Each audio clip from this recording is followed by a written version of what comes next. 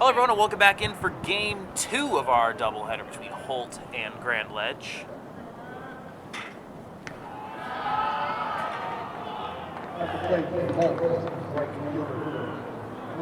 Holt will once again bat first. Already one away.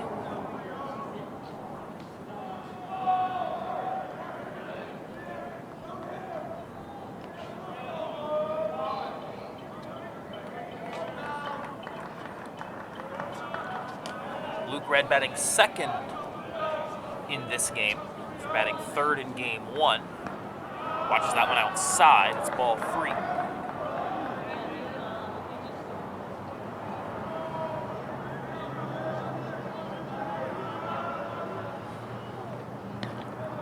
Strike 1.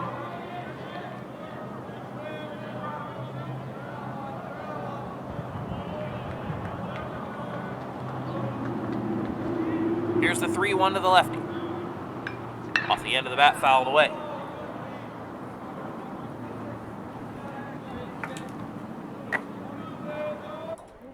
Easton Benasny getting the start on the hill for Grand Ledge in Game 2. Full count, swung on and just getting a piece of it, foul tick. Benasky started Game 1 on first.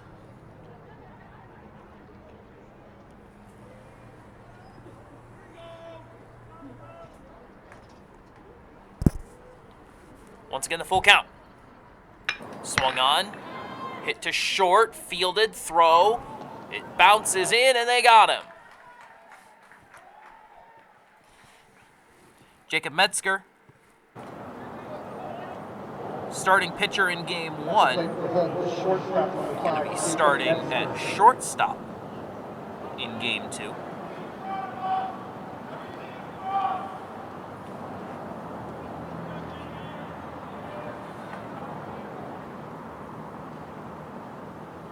Batting third in the order, watches ball 1 down.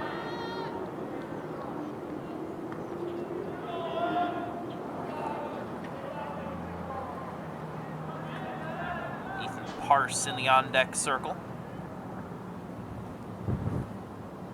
Swings, grounded away.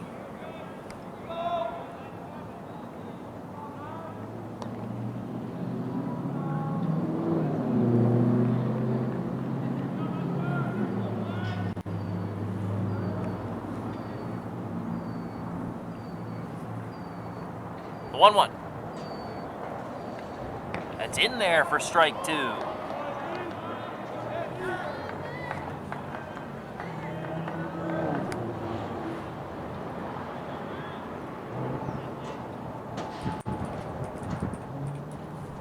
Pitch.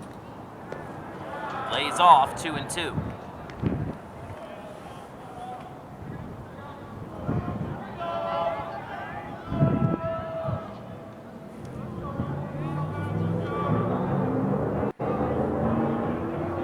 The 2-2. That's down and away, full count to Metzger.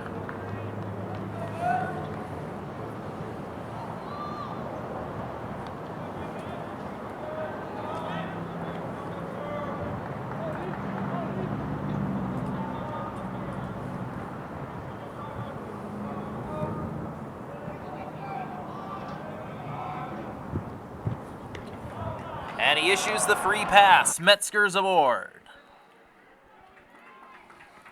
First base runner of the game for the Rams. Trying to pull off the double here after winning Game 1 6-3. In steps Ethan Parse. Batted second in Game 1. Struggled a bit, 0 for 3, reached on an error.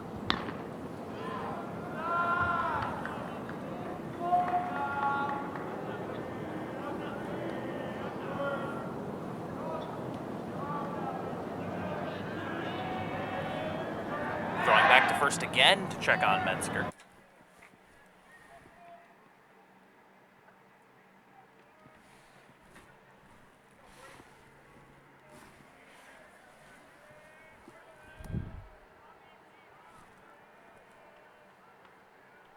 Runner goes. Slap to center, coming up to it, making the play nice and easy. Is Xavier West, and the side is retired. We'll take a quick break. Bottom of the first coming up. Game 2, the Capital City Showdown.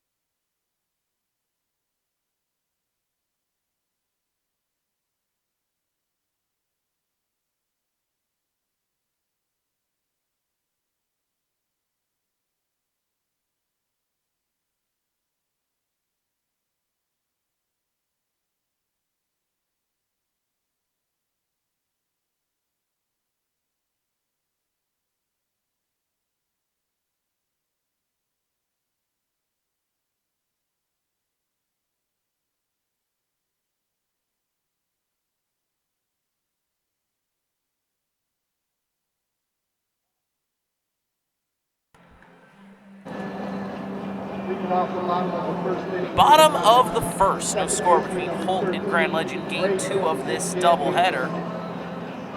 Colton Wesley open into media. Happy to have you here.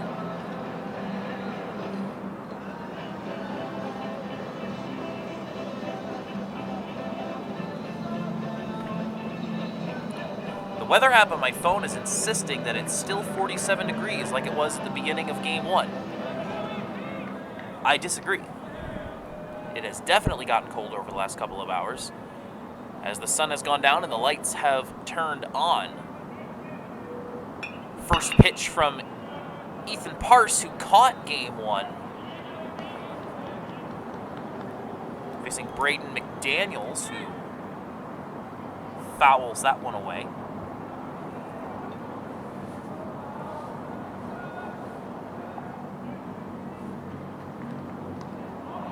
Thought about chasing that one down and away. He did not. The appeal unsuccessful.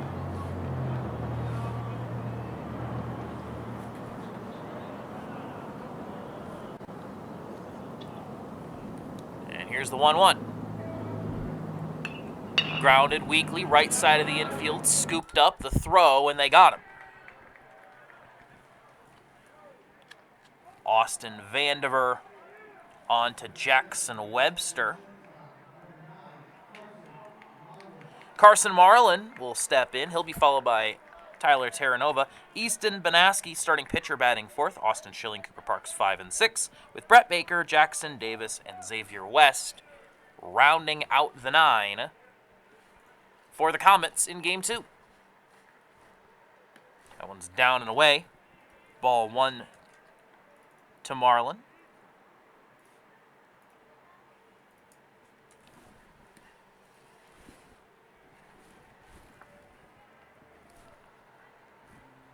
The pitch. Foul tip.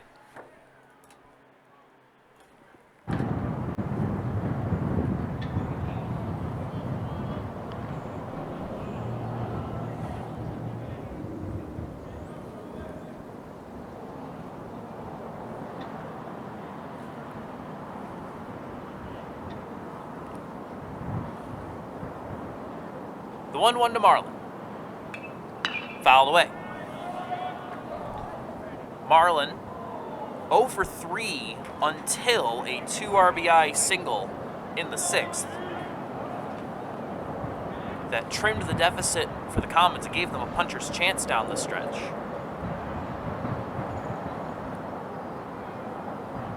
Here's the 1-2. That's way outside. It'll be 2-2.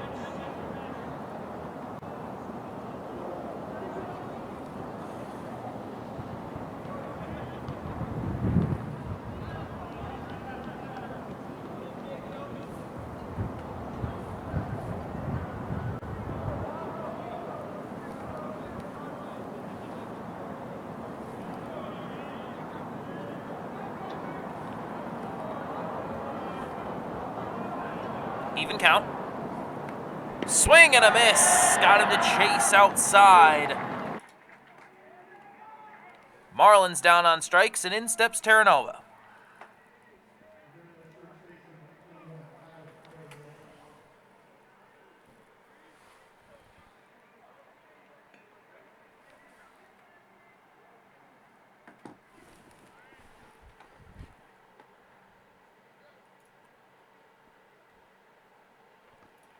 First pitch. Clubbed to short, scooped up, a little bobble on the exchange, but the throw is in time from Metzger to Webster. The side retired in short order here in the bottom of the first. We'll go to the second. No score between Holt and Grand Ledge. Capital City Showdown, live on OpenEndedMedia.com.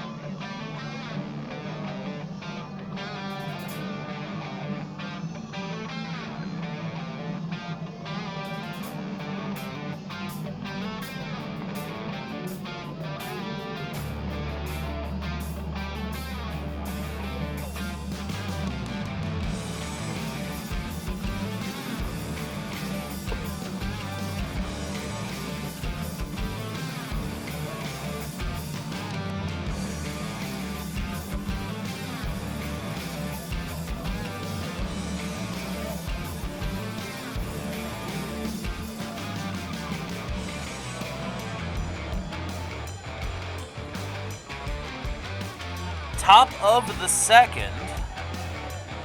Both teams going down 1-2-3 in order in the first. Here comes Julian Edmond. Fouls it back.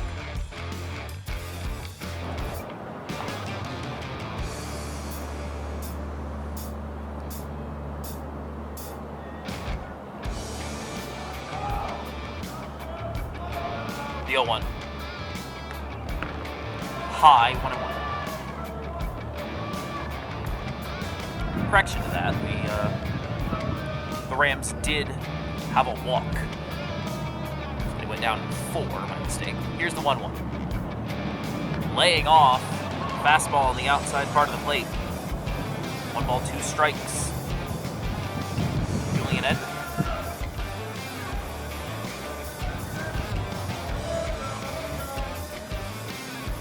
Pitch, way outside, 2-2.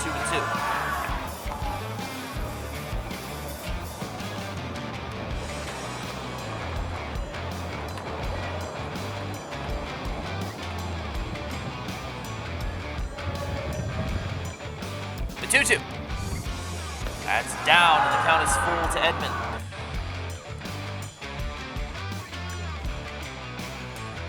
Edmond in game 1. And a busy day, a single, a strikeout, a walk, and a sacrifice. That one's hit to second. Picked up off the hop and the throw to first. Nice defensive play from Braden McDaniels. That is not an easy play to make. That ball right on the turf.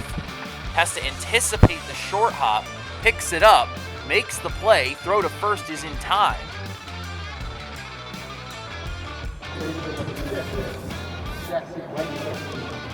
And that's the stuff that, frankly, the Comets weren't doing defensively in game 1. They gave up some base runners on some errors. So that first pitch to Jackson Webster is in for strike 1. So you got to imagine that the dugout is quite happy to see the defense a little more sharp here in the beginning of game 2. That one's down and away, 1-1 to Webster, who reached base on all 4 of his plate appearances in game 1, twice on error, twice on singles.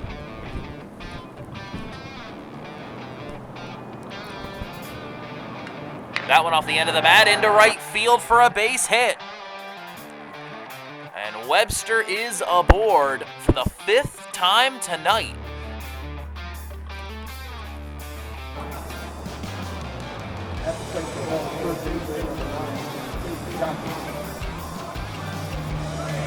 Kate Jachin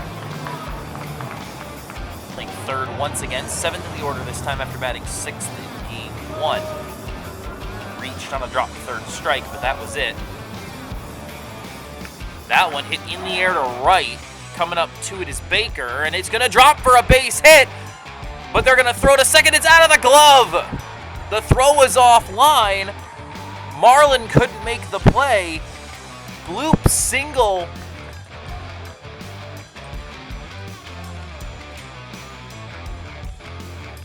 And Joshin is on board.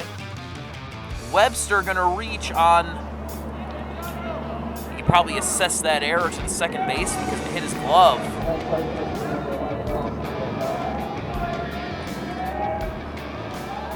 Webster is kind of hung out to dry on that bloop single. He thought there was a play. He literally got stranded between first and second. Nothing he could have done. Setting up the bunt, it's popped down the third base line and rolls foul by Austin Vandiver. There's nothing that feels worse as a base runner than a bloop in the shallow outfield that you don't know if it's going to be caught. You don't know what the play is, so you're just stuck, and you just have to make a mad dash for one base or the other as soon as you know where to go. And he was dead to rights, but fumble at second base allows him to reach safely. Now with 1 away, here's Austin Vandiver with a chance to put the Rams ahead here, top of the second. Swing and a miss. 0-2 count with Ethan Cascadden. Waiting in the on-deck circle. He'll be followed by the top of the order.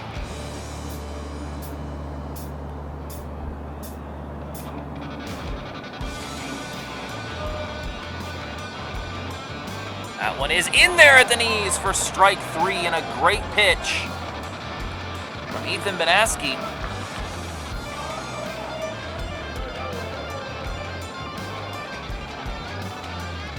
That will bring up Cascadden, who had such a good game 1.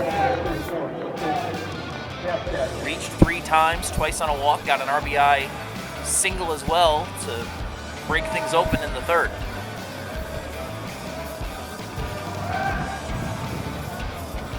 With 2 runners on, watches strike 1 on the outside part of the plate.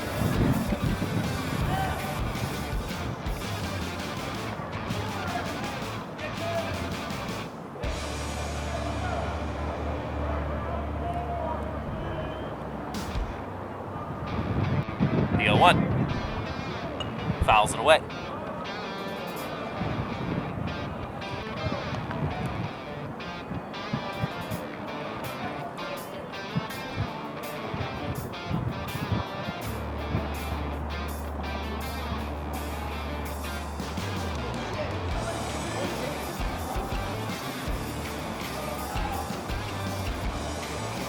The pitch. That's way inside, 1-2. The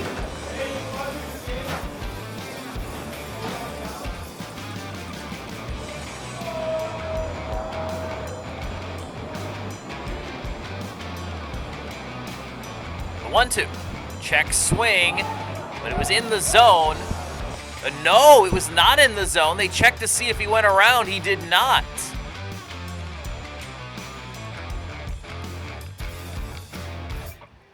Parks popped right back up playing catcher, popped right up to make the tag as though it was a drop third strike just to make sure. But he did not go around, and the count is even at 2. 2 men on, 2 men out. At the top of inning number 2.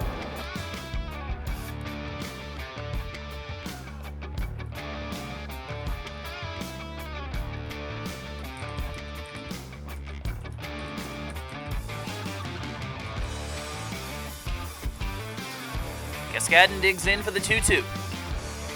The pitch. In there for strike 3 that time.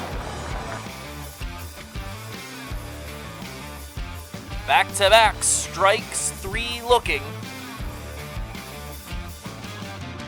We go to the bottom of the second. No score between Holt and Grand Ledge.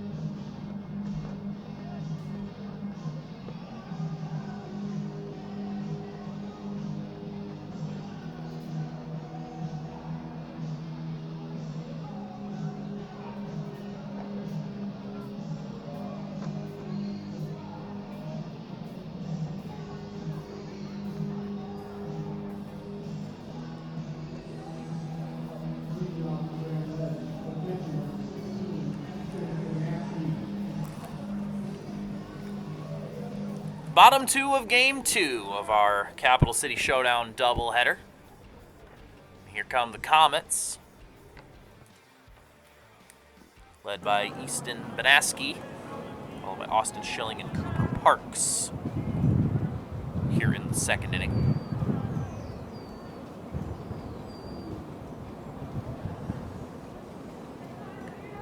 That one's away, ball 1.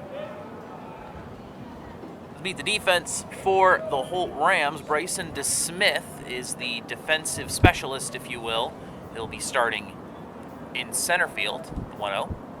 It's away, ball 2 to Banaski. Cascadden in red, flanking him in the outfield. Left to right on the infield. Jachin, Metzger, Vandiver, Webster with Parse pitching to Luis Martinez. 2 balls, no strikes. Fouled away.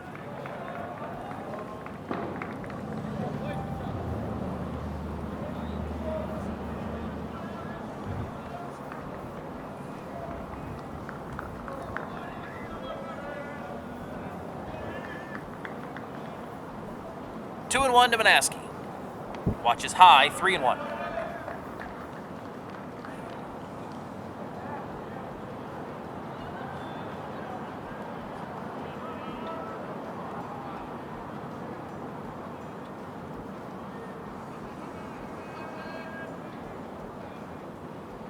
The pitch.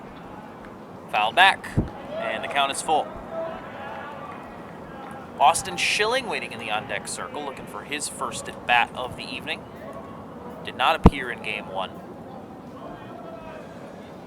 was the other Schilling who pinch hit for the Comets in the 7th.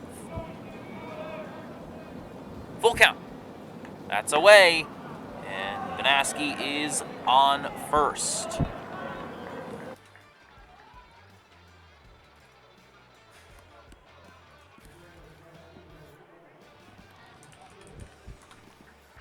Schilling playing left field for the Comets in this game, and now we're going to have a pinch runner for Banaski, the pitcher. And it is going to, in fact, be the other Schilling who is on first.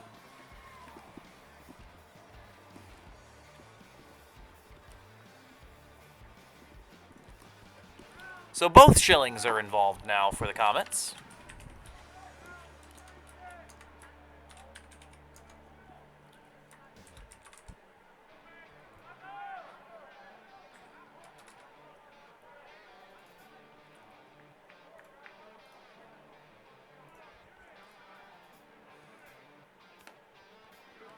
On the edge of the zone for strike one, looking to Schilling. That zone feels like it's getting a little bit wider as the evening goes on. It's going to force these guys to protect a little bit. Jachin coming in on third, and that pitch going to get away as the runner attempts to steal second. He's going to round, and he's thinking about third. He's not going. And Schilling is into second on the wild pitch.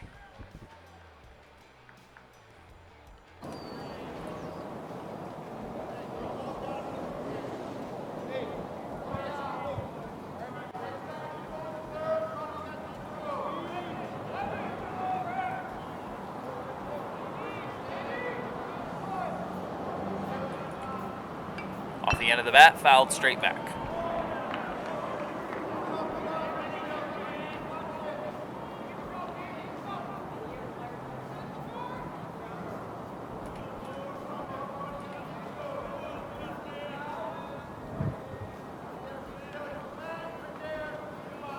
Pitch, swing and a miss. And Schilling is down on strikes.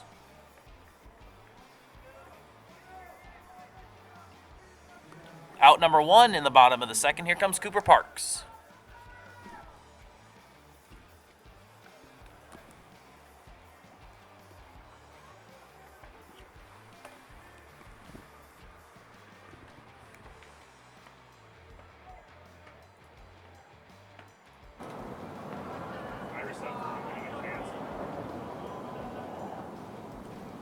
Swing and a miss, strike one.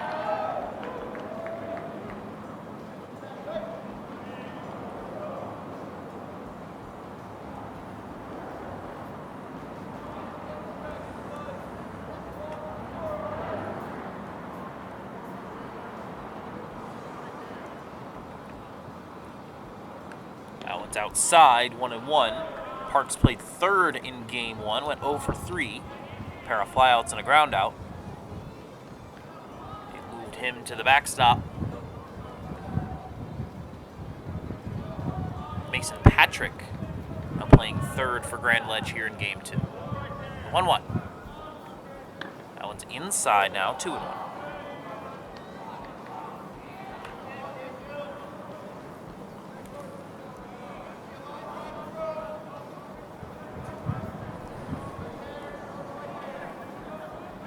Producer Caleb Lewis very pleased with himself that he's gotten the score bug that he likes better up on the broadcast now.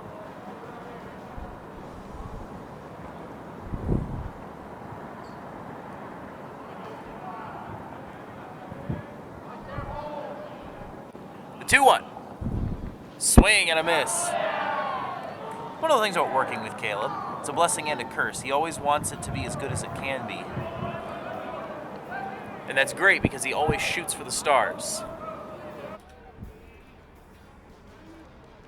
It can be frustrating sometimes, I'm not going to lie. Been working with him for years now. But he's a good producer.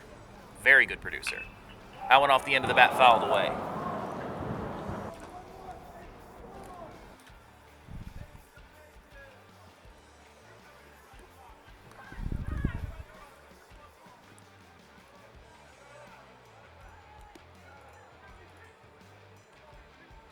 2 balls, 2 strikes, 1 away. Parks trying to keep Banaski moving. That one's high, and the count is even. Count is full, rather. Excuse me.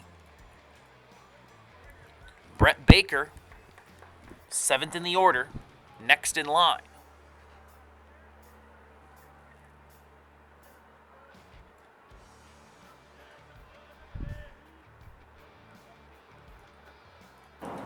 Pitch, that's down.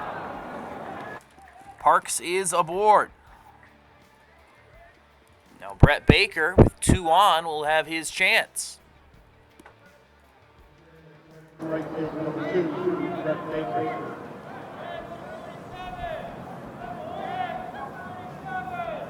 And a pinch runner coming in for Parks, the catcher, which will allow him to get into his catcher gear. Elliot Bauk, who pinch ran in Game 1, now comes in for Game 2 as well, reprising his role.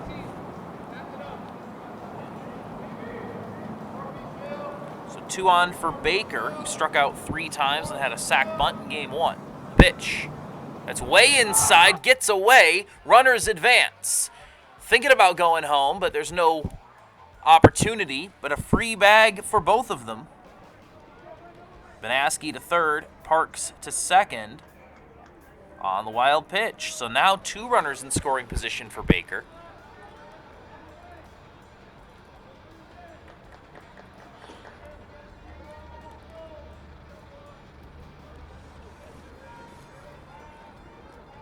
Jackson Davis behind him in the order. 1-0 to the lefty is in at the knees for strike 1.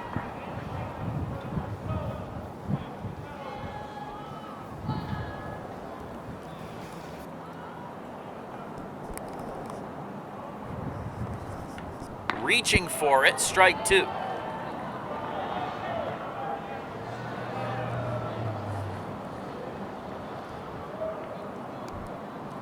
Huge chance for the Comets. Trying to take the lead here in the second. Off the end of the bat, foul away.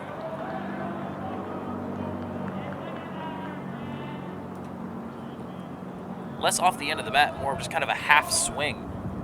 Baker just didn't get around on it. Now looking at a 1-2 count.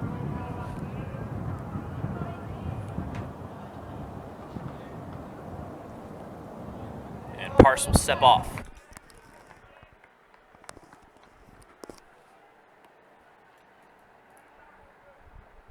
1-2. Swing and a miss. Foul tick into the glove. Baker down on strikes. 2 away. Here comes Jackson Davis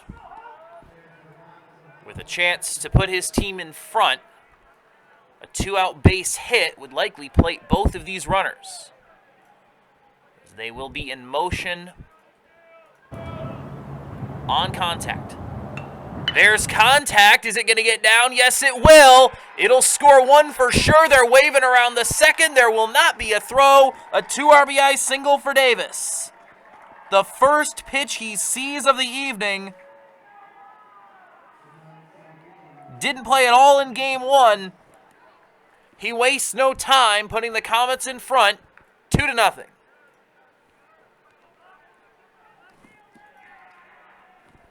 In steps Xavier West, who rounded out the bottom of the order in Game 1, had a walk, was 0 for 2. Grounds to first, and it'll be very easy put out for Webster, but Jackson Davis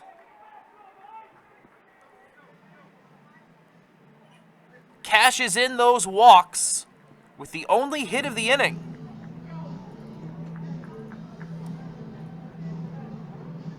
But it's enough to put him in front, 2-0. Grand Ledge leading. We go to the top of the third. Capital City Showdown live from Jackson Field on OpenEndedMedia.com. Not in the top 7 if they don't show. How do you feel about going to do the white down for that one? On what one? That one. Number 2? Yeah.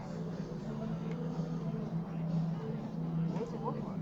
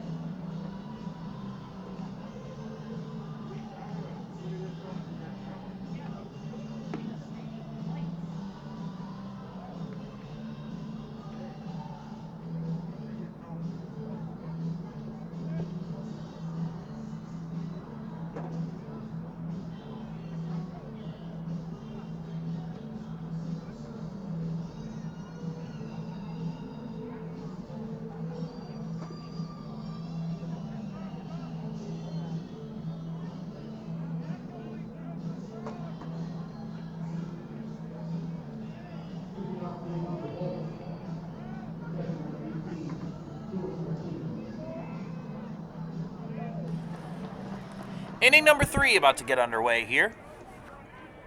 Top of the order for the Rams, Martinez, Red, Metzger. Combined for a walk back in the first. That pitch way behind Martinez. Has to duck out of the way of it.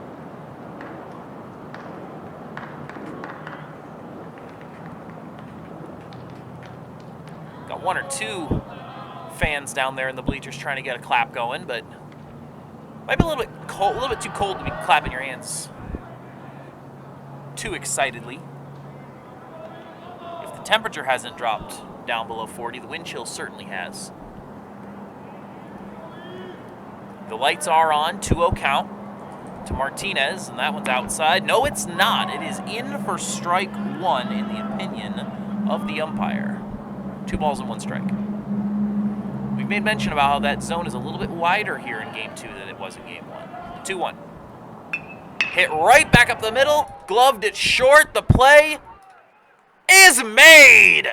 Full stretch. Terranova makes the grab. And the runner is retired.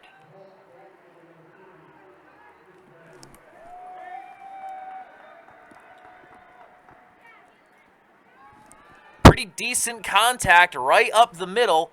Marlin had to range over behind second to grab it, made the throw. And Terranova, keeping his toe on the bag, makes the stretch. Channels his inner Vlad Guerrero Jr., who used to play here in Lansing. Makes the stretch at 1.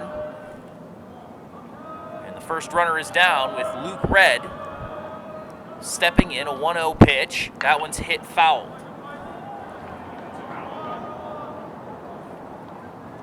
Jackson Field, home of the Lansing Lugnuts, has been for 30 years, since the days when it was Oldsmobile Park. Those of us old enough to remember that. The 1-1. Sliced into left. And a base hit for Luke Red.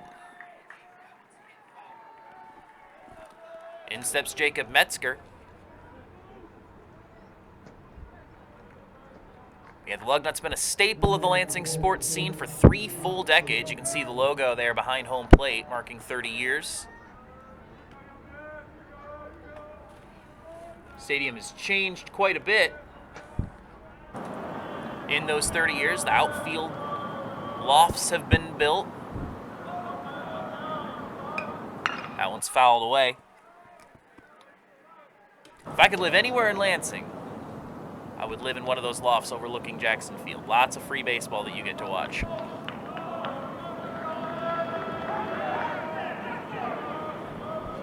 Still one of the best places in, I would argue, the country to catch a minor league baseball game. Been to my fair share of minor league parks, and this is, obviously I'm a little biased, the throw over to first, just to check on Red. I'm a little biased because this is my hometown, but this is one of my favorite places to watch a baseball game. It feels like home.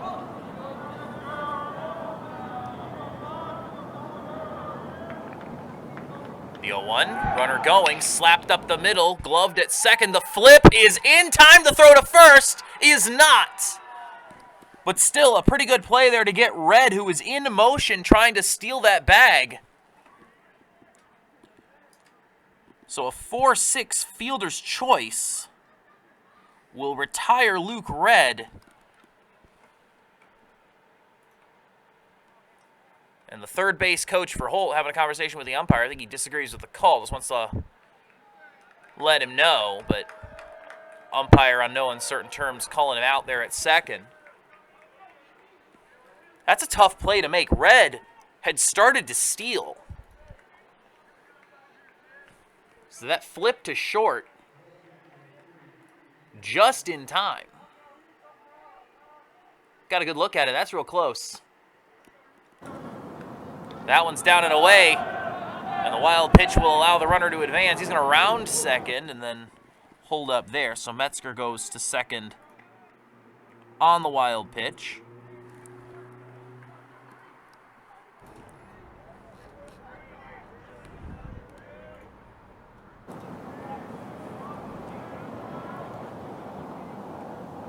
Yeah, This year, Jackson Field not just home to the Lugnuts, but also home to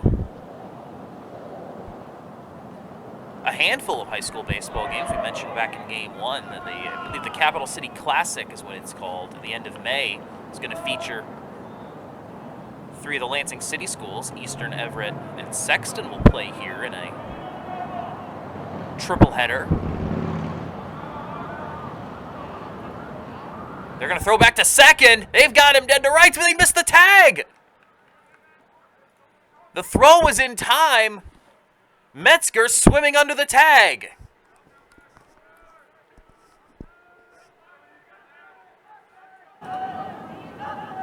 From up here, it looked like the Comets should have had him. They're going to throw back again, and this time Metzger back without too much of a challenge. They're really trying to keep him there with Ethan Parse looking at a 2-0 count.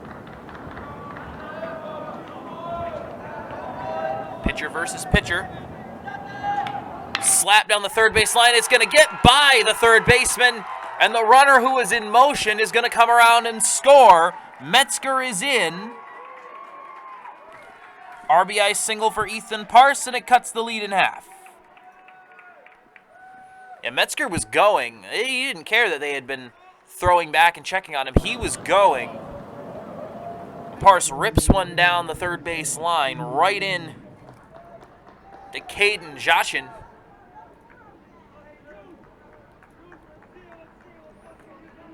Couldn't get the glove on it. Just ripped right down that baseline. And now Parse is at first. Julian Edmond is in. Grounded out back in the second. Watches strike one on the inside part of the plate.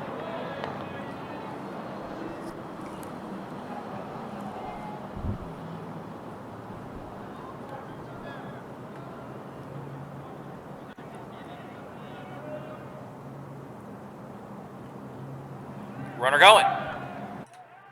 The throw down to second, not in time. Parse takes second. And Martinez was ready for that. He stood up and he was ready to throw. He was standing before he even caught the ball, but too much pace from Ethan Parse. It's a 1-1 count to Edmond. The tying run at second for the Rams. The pitch. Grounder to second. Gloved. Throw. Got him. 2 straight 4-3 groundouts for Julian Edmond. And the side is retired. Rams cut the lead to 1. Bottom of the third coming up next.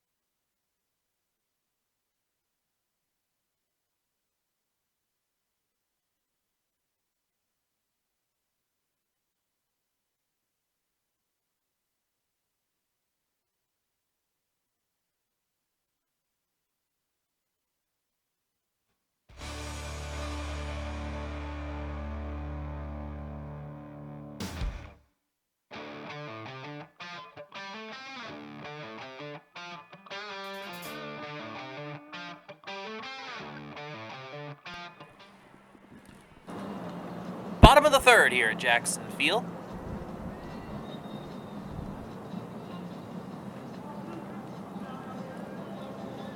Top of the order for the Comets, Braden McDaniels grounded out in the first. He'll be followed by Marlin and Terranova. The pitch. Strike one at the knees.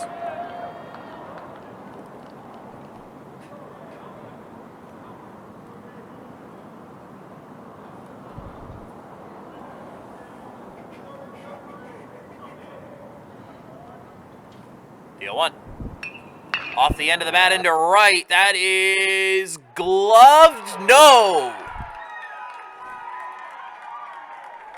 Red thought he caught it. Umpire disagrees. It's a base hit for McDaniels. Red thought he caught it.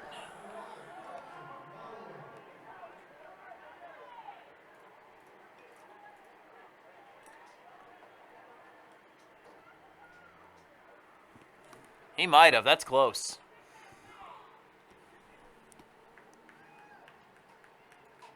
Coach coming out to have a word.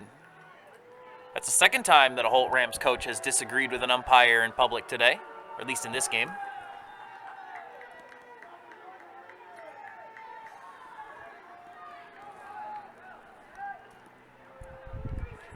got camera out here tapping for an ABS review. That's well, in Major League Baseball, you have one challenge for situations like this. In high school baseball, you do not. That's a foul tick back into the glove for Marlin, strike one. Carson Marlin struck out back in the first.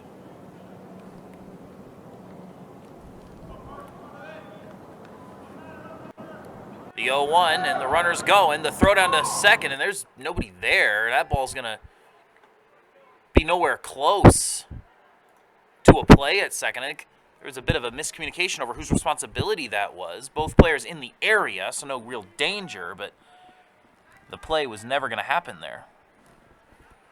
No outs, bottom of the third. It's an 0-2 count to Marlin. Terranova on deck. Pitch. In the air to right. That's going to hook foul.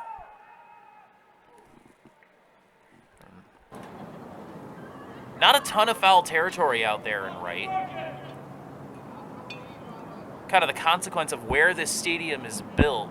I've seen some people who kind of made jokes about the dimensions of Jackson Field, the awkward right and left field corners that kind of take these sharp angles. Pitch. That's in there for strike three, looking on Marlin. But that is a consequence of being, sandwiched between a couple of major roads here in downtown Lansing. So the poles are a little shorter than they are in some other parks. And there's not a lot of foul ground once you get out past first and third base. The pitch lays off, and it's in there for strike one to Terranova. Terranova grounded out in the first. One away here, runner on second, bottom of the third.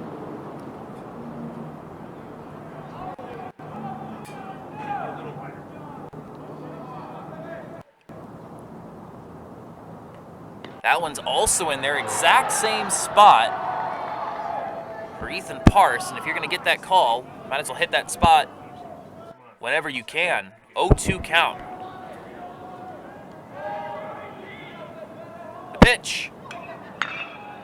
Up in the air to right, Red over to it, makes the play, tagging up. The long throw to third, that would have been a heroic throw to get him in time, so it will be a sacrifice fly for Tyler Terranova.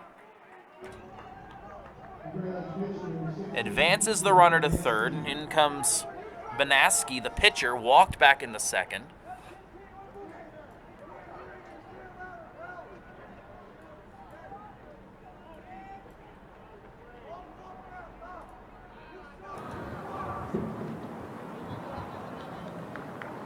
Pitch. Popped up. Behind. Martinez tracking back and can't get to it. That's one of those plays that big league catchers make look easy. They throw off the mask, they find the ball, they camp out under it. Now try doing it when you're 16 years old. under the bright lights of a minor league ballpark. That's a tough play to make. Martinez came very close to making it. Would have been very impressive had he gotten it done. Here's the 0-1. Framed beautifully on the outside part of the plate. That was ball 1. But Martinez, I think, framed that just right to get the call. Here's the 0-2. Swing and a miss. Easton Banaski trying to put that thing onto Cedar Street. Swung all the way through it, and that's the end of the third. Top 4 coming up. 2-1 Grand Ledge at the Capital City Showdown.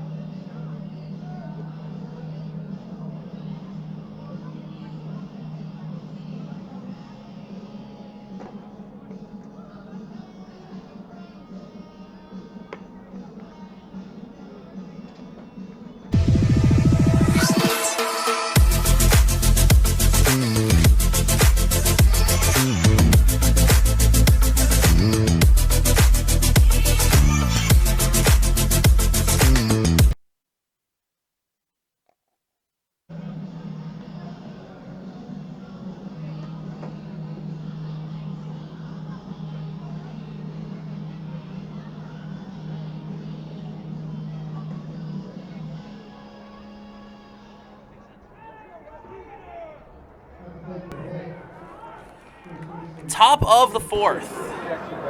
Holt 1, Grand Ledge 2. A lot more of a pitcher's duel here in game 2. That one's fouled away. Jackson Webster, 5 plate appearances, has reached 5 times in this doubleheader. Watches ball 1 away.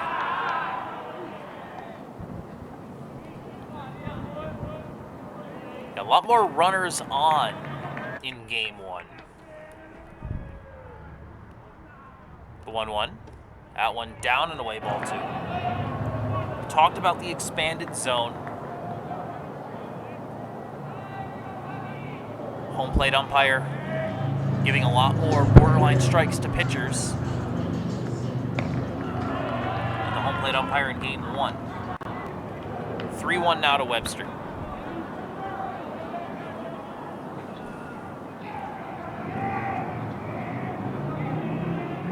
Banaski deals.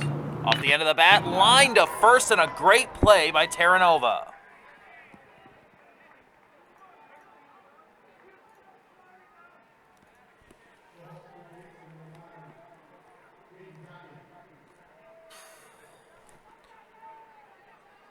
Caden Joshin. Single back in the second. First pitch. Way inside, ball 1.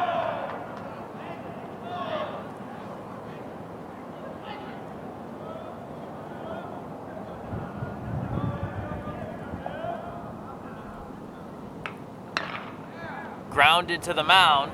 Banaski flips it to Terranova. And just like that, 2 away. Austin Vandiver struck out looking in the second inning.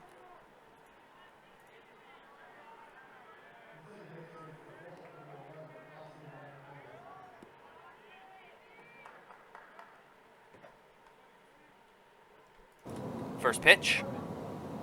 Swing and a miss, strike 1.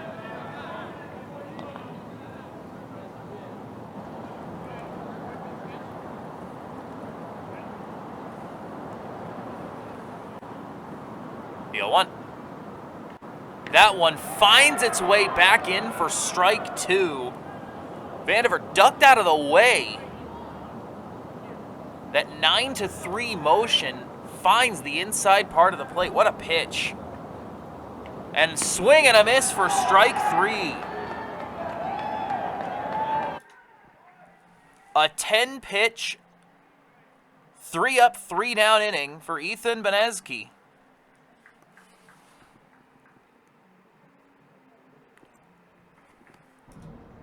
The Rams are set down quickly. We move to the bottom of the 4th. Today's game is being broadcast by Open Ended Media, your one-stop shop for all things media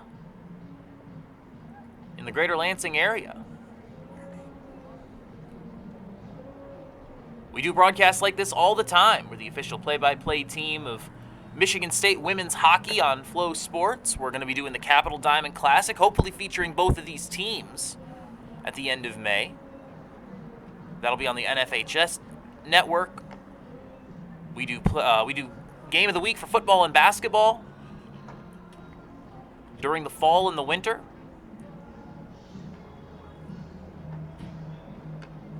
So if you're interested in having us come and do your event or cover your team, this happened because someone reached out to us and said, hey, do you want to come and do this? That's why this happened. So if you're interested in having us come and cover your team, we are available.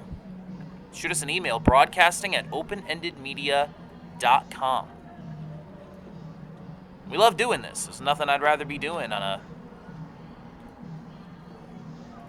Monday night in April in the state of Michigan, watching a baseball game at Jackson Field. One of the few times you're going to get to see a game on a Monday in Jackson Field, as Monday is the traditional day off for minor league baseball. Lugnuts just wrapped up a 6-game homestand with the Whitecaps. They'll be back in town a week from tomorrow. First pitch, swinging strike to Austin Schilling. Schilling, Parks, and Baker due up. The 0-1. That's down, 1-1. These two pitchers being very efficient so far, Parse and Benaski. Parse coming into this inning having thrown 44 pitches through 3 innings. 57 through 4 for Benaski. So both these pitchers planning on going deep into these ball games. That one just missing Schilling. Ball 2. Schilling struck out back in the 2nd in his first plate appearance of the evening. Did not appear in game 1. The 2-1. That's down, 3-1.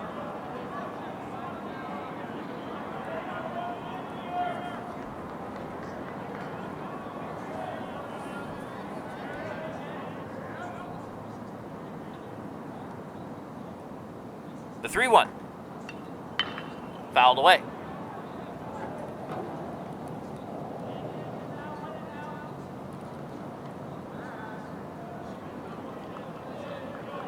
What a moment this has got to be for these kids. A lot of these kids, Holt and Grand Ledge, obviously local high schools. The 3-2, that one is grounded weakly to the left side of the infield. The throw across, they got him. Jachin to Webster. And Schilling is down. He will return to the dugout. In comes Cooper Parks. But these kids, local high schools, they've doubtlessly gone to Lugnuts games, almost all of them. Watched some future big leaguers, a lot of really talented big leaguers. The Athletics, currently one of the most fun teams in baseball, and a lot of their best players came through here. Jacob Wilson, Lawrence Butler, Tyler Soderstrom.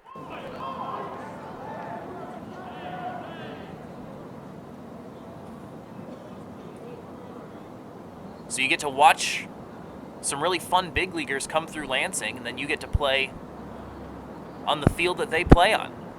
It's got to be really exciting for them. That's a strike. Good pitch from Parse to get Parks swinging at that.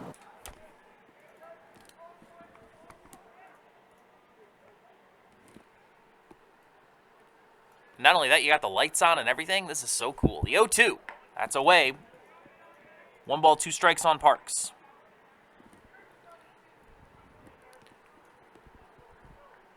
It really feels like the Lugnuts have been trying to expand the use of this facility, too. Not just more baseball games. Here's the 1-2. That one's inside, 2-2. Rams dugout wanted strike 3, didn't get the call. But you got things like Grand River Country Club, Beer Fest. Boom Ball is coming in on July 4th, kind of a Savannah Bananas kind of thing. So a lot of fun stuff going on at Jackson Field this summer, and every summer at this point. The 2-2, that's outside, full count. So it's been really fun as someone who lives in this town to see how the schedule has filled up for the use of this facility, even when the Lugnuts aren't in town.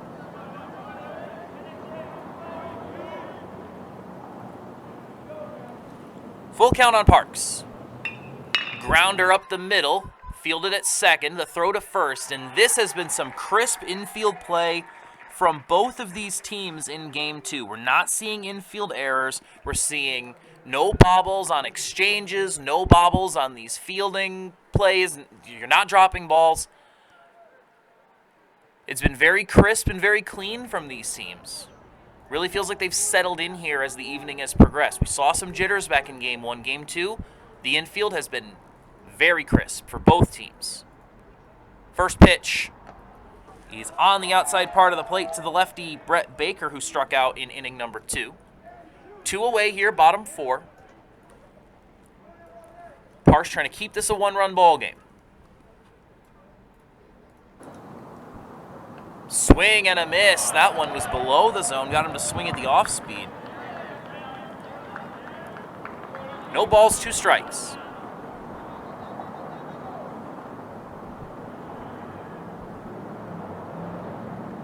The pitch. Outside. Gets away from Martinez. Or excuse me, gets away from... Yes, Martinez. Excuse me.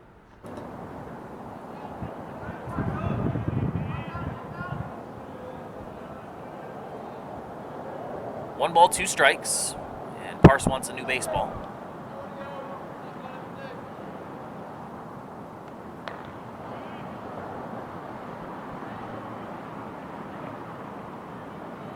The clock has struck 9 here in downtown Lansing. Here's the 1-2.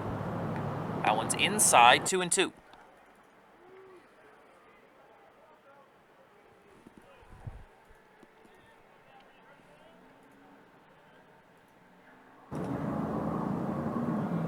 Even count. That one's into left, tracking over to make a play. It's foul. Down into the visitor bullpen.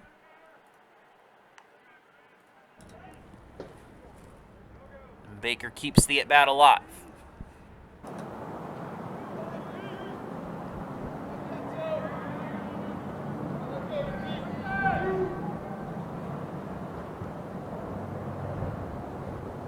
The pitch. That's high, and the count is full for Baker.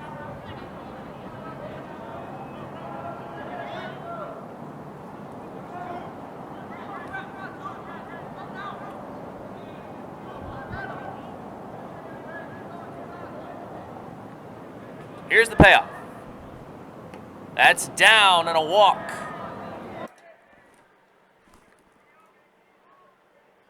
Baker gets the free pass. Here comes Jackson Davis, whose 2 RBI single in the second is the difference in this ballgame.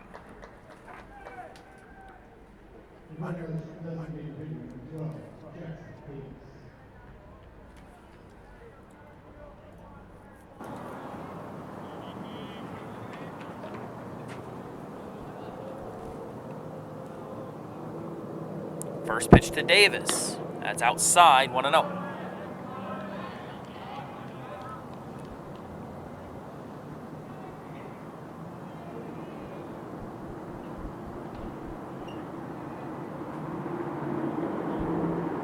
The 1-0. That's in the dirt. Runner's going to go, and there will not be a play at second.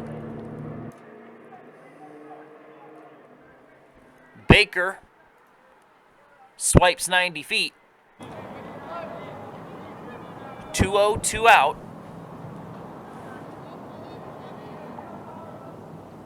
Comets trying to manufacture a run here to extend this lead in the bottom of the fourth. The pitch. Swing and a miss, strike one.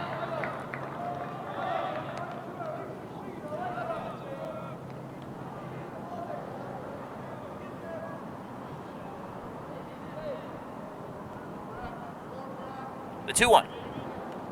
Foul tick straight back. And the count is even.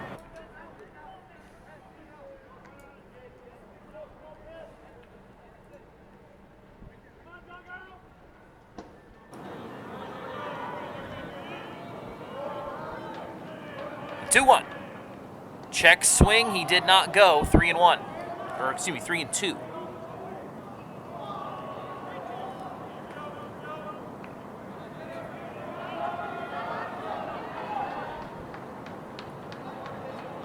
Scoreboard says 3-1, but I'm pretty sure the count should be 3-2 here. Here's the pitch.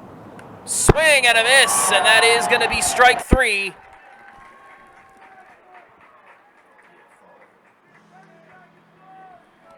That's the end of 4. Grand Ledge 2, Holt 1, going to the top of the 5th.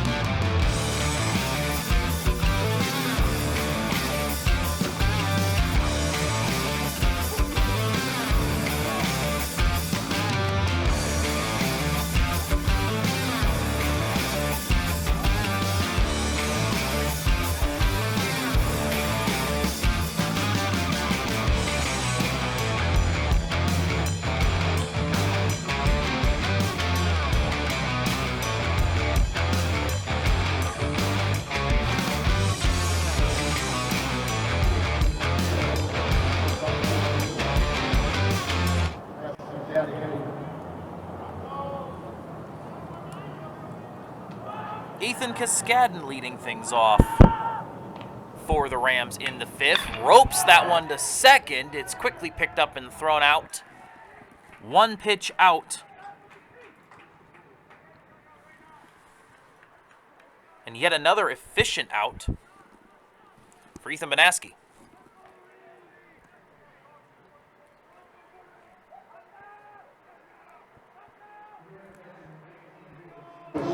"57 pitches through 4 innings for Banaski. Now 58 through 4 1/3. Been clinical.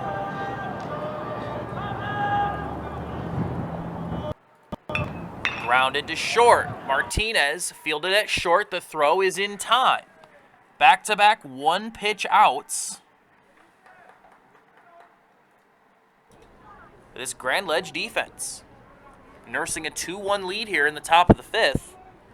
Here comes Luke Red to try to get something going.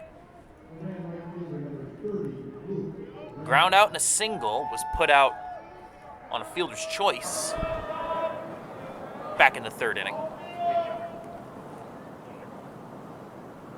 The pitch in the air to left. Coming up to it is Schilling.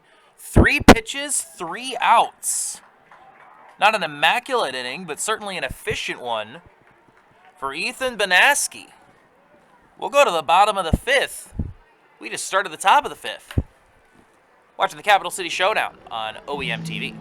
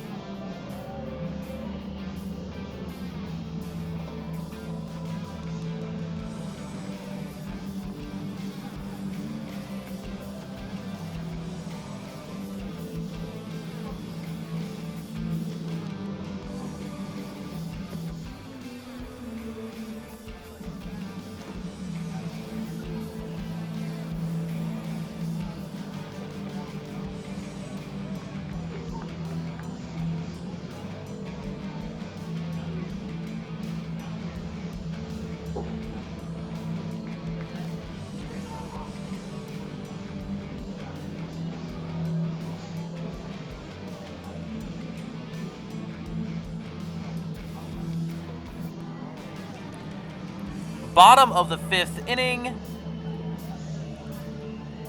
The very bottom of the Comets' order coming up. Xavier West, the 9-hitter, will lead things off, followed by McDaniels and Marlin.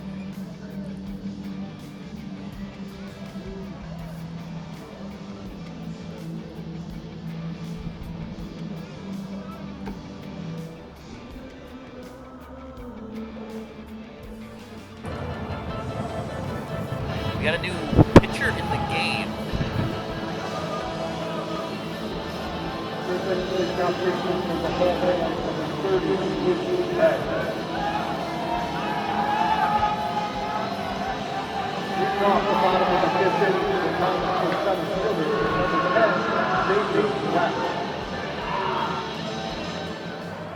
Trying to get a good look at that number. Unfortunately, his back is turned to us, so I'm not entirely sure who the new pitcher is for Holt. We'll get that sorted out as soon as we can. First pitch is in there for strike 1 on Xavier West.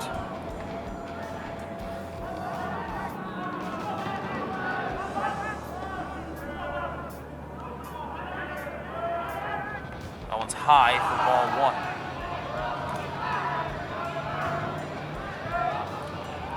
1. It is Luke Red back into the game, pitching in relief. He pitched in relief in game 1. Red subbing back in from right field. That one's inside. 2-1 count to Xavier West.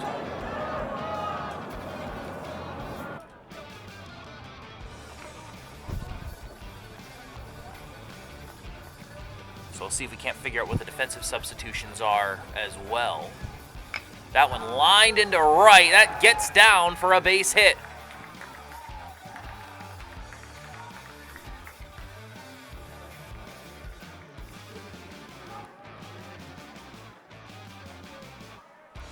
So here comes the top of the Grand Ledge order.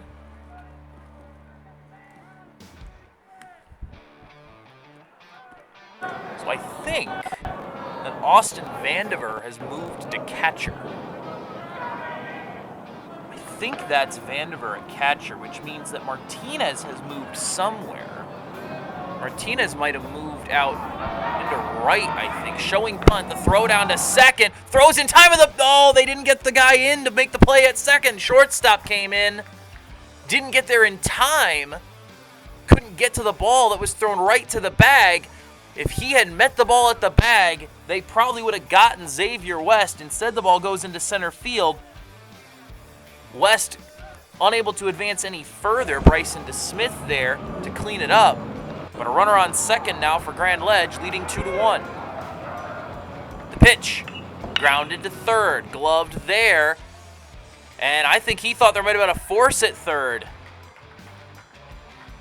Jashin went over and made sure he touched the bag at third, but there wasn't a play at third. By the time he got up to make the throw at first, McDaniels was safe. Would have been a tough play to make regardless, as he would have had to have gotten to his feet after making that play.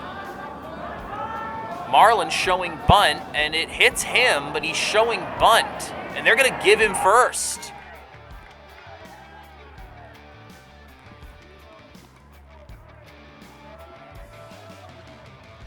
So Marlin's going to first on a hit by pitch.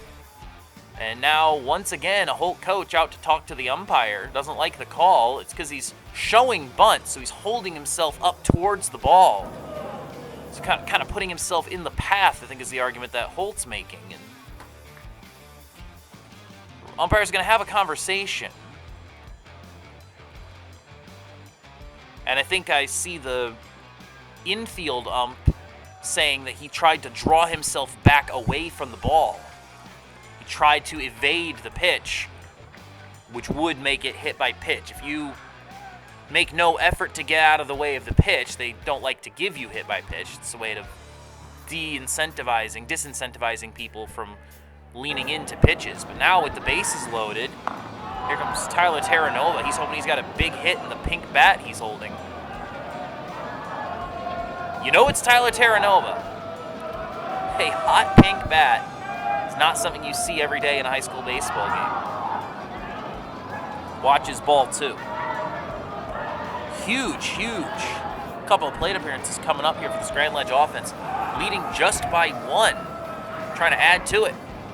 That one's high, ball 3. Now the Grand Ledge bench starting to get into it. The dugout's been pretty quiet for most of the night. Starting to make some noise. 3-0 to Terranova. Pitch. That is down for ball 4. An RBI walk for Terranova. West comes around. McDaniels to third. Marlin to second. And now, conversation.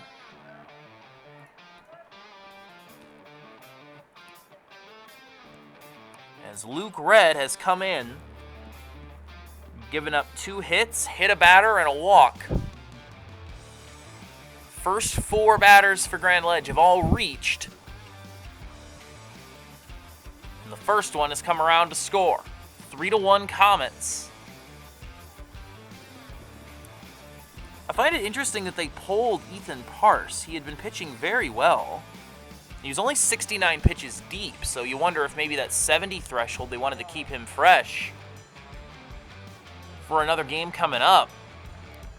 They left Metzger in for over 100 pitches in Game 1. That worked out very well for them. Red came in, surrendered a couple of runs, but he had a 5-run cushion, was able to put it away. Now it's 3-1.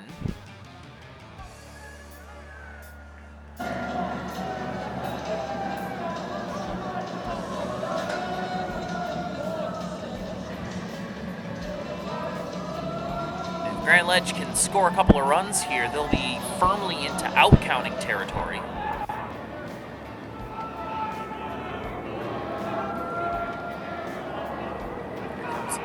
Easton Banaski started this game for Grand Ledge, and as far as we know, is still pitching for them going into the 6th inning.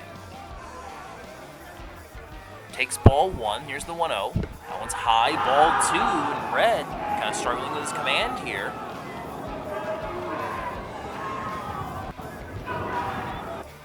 His last 7 pitches have been 6 balls and a hit by pitch. 2-0. Swing and a miss. Askey tried to get all of that one.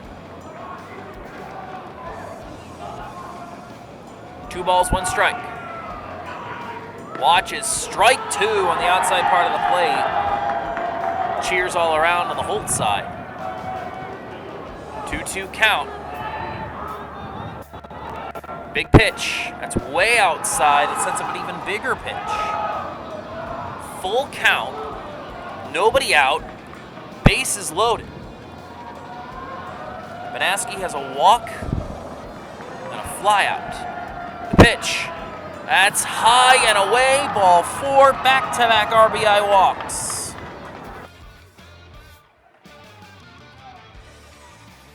McDaniel scores. Marlin to third. Terranova to second. And now in steps Austin Schilling, 0 for 2. It's 4-1.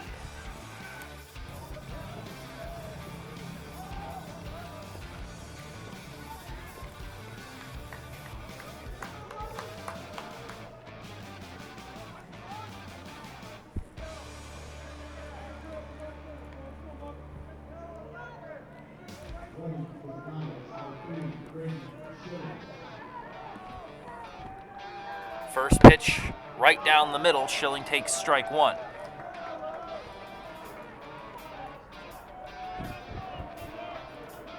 One big swing would really break this open. Foul tick into the glove. Down 0-2.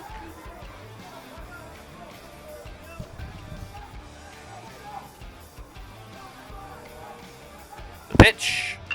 Clubbed into left. Is that going to get down? It will. Base hit. 1 run will score. They'll hold up at third.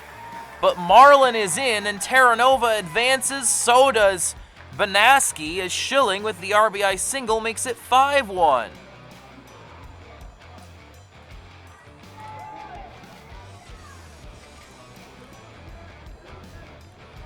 Yeah, the math nerds will tell you that if you have bases loaded and no outs, your expected runs are about 2.1.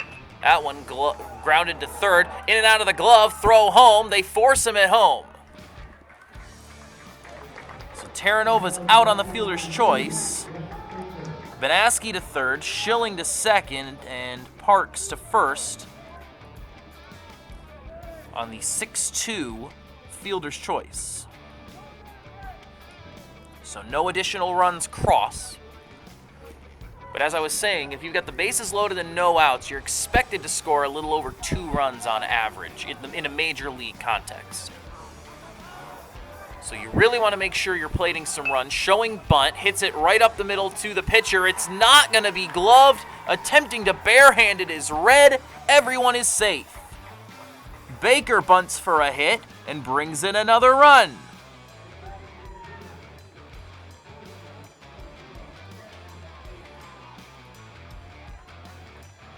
(6-1) is the score.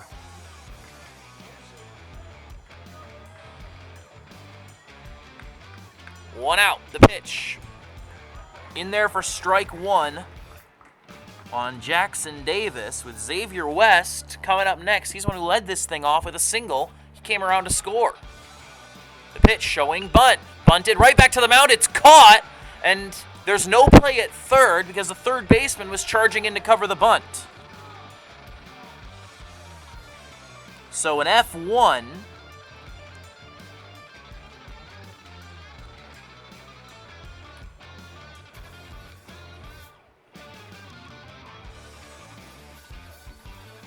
Will cause the infield to back up a little bit. That one grounded to second. On the hop. Able to get it to first in time.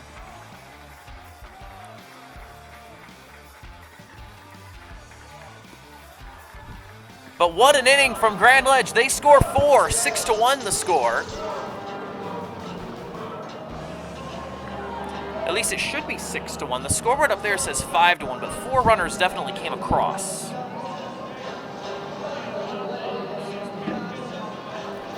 So it should be 6-1.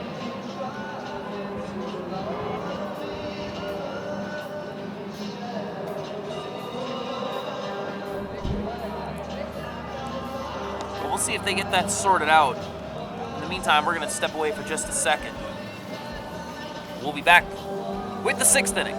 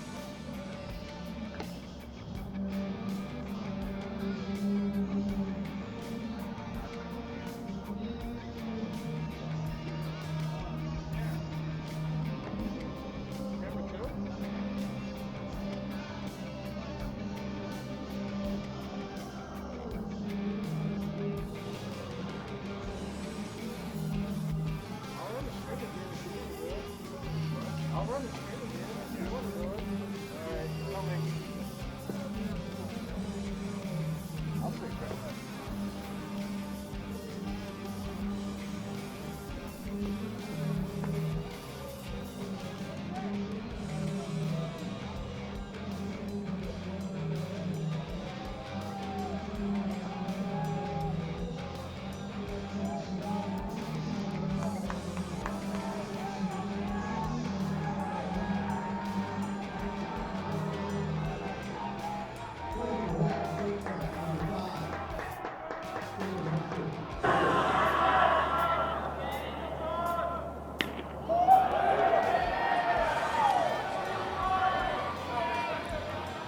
Banaski, first pitch to Metzger. Strike one. The 0-1. That's away, 1-1.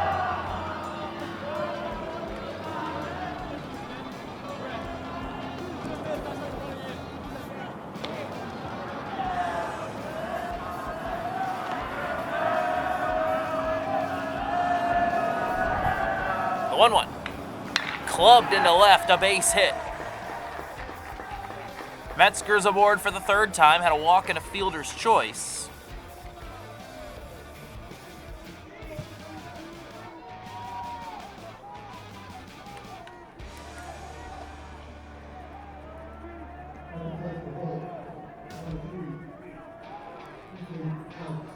Sips Ethan Parse.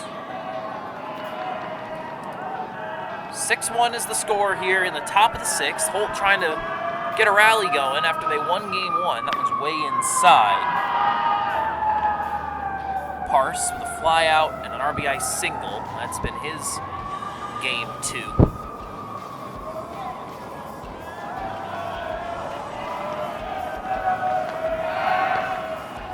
Throw over first.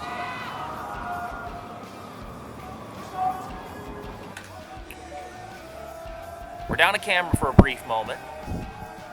Got to get something fixed with one of them real quick, and then we'll get back to our normal setup.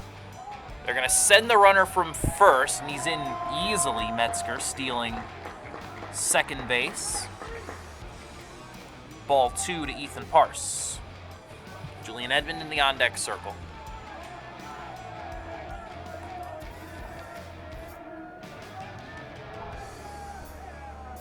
Two balls, no strikes.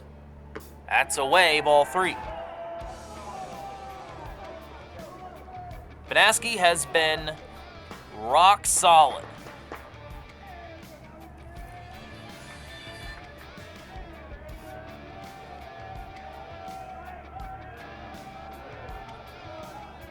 The 3-0.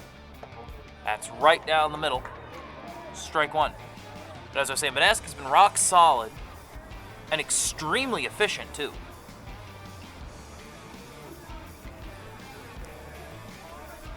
60 pitches through 5 innings. Here's the 3-1. That one's fouled away. If he can get through this even reasonably quickly, there's no reason he can't just finish this game out.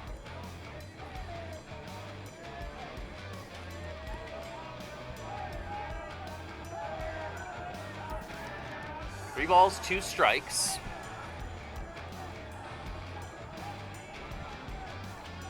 The pitch, runner goes. That one flared into center. It's going to get down for a base hit. Rounding third is Metzger. He's going to score. RBI single for Parse.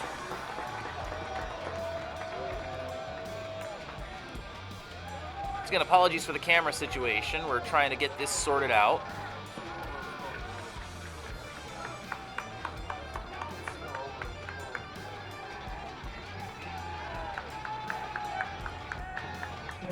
Now they're coming out to talk to Banaski, and they might be taking the ball from him here. A fantastic outing for Ethan Banaski.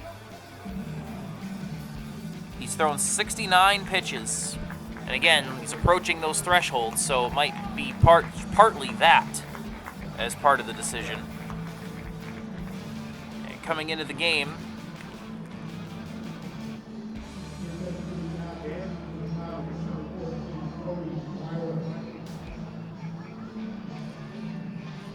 going to be Brody Weiler.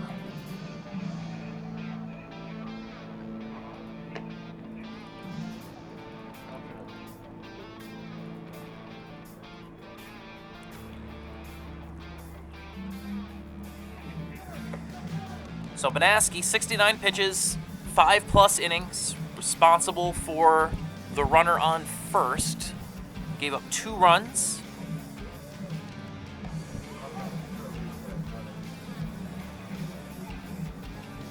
A very good start from him.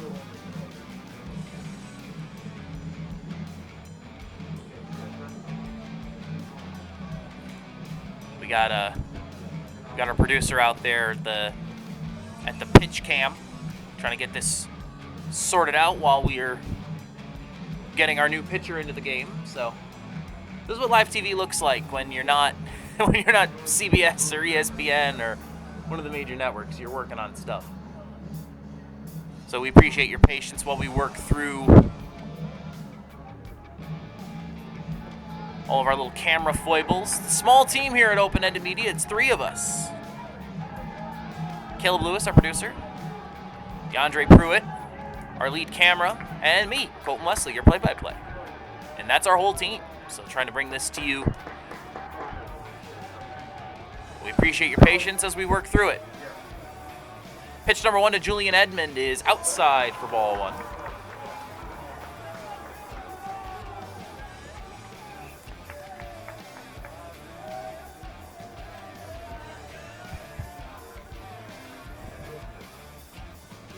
One ball, no strikes. They're going to throw back over to first. Oh, not in time, but a little closer than I think Ethan Parse would have liked.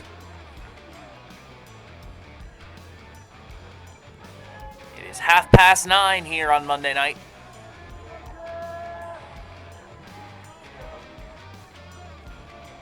The Comets are 6 outs away. Pitch showing bunt, pulling it off. The throw down to second. Throws in time. Tag is applied. Parse is out. Out number 1 in the 6th inning.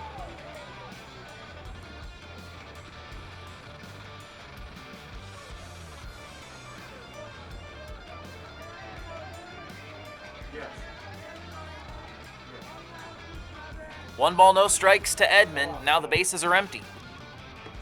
Watches ball 2 down and away. Brody Weiler trying to put this thing to bed for the Grand Ledge Comets. Pitch is down, 3-0. Grand Ledge 6, Holt 2 here in the top of the 6th. Rams took game 1, 6-3. Comets trying to return the favor. That one's in for strike 1 on the inside part of the plate.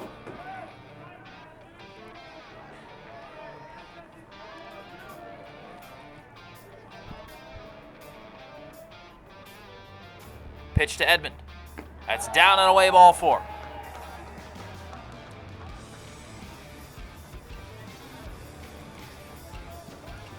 So the runner back on first. It's Edmond now, not Parse. And now here comes Jackson Webster.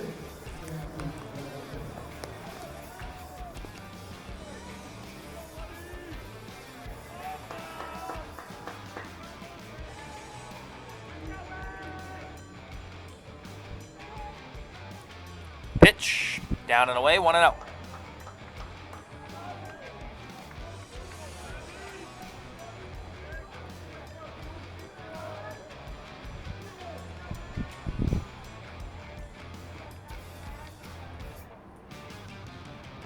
That one's inside. Runner gonna go as that one gets away from Parks. And Edmond is in on the passed ball. 2-0 count to Webster. Tying run is in the hole for the Holt Rams. The 2-0. That's down, 3-0. Weiler struggling a bit here. He's only thrown 1 strike so far. Webster waits. Pitch. That's down, ball 4. And suddenly, Rams starting to put something together here. They've pulled it back from 6-1 to 6-2. Caden Joshin coming up, and now we're going to get a pinch runner.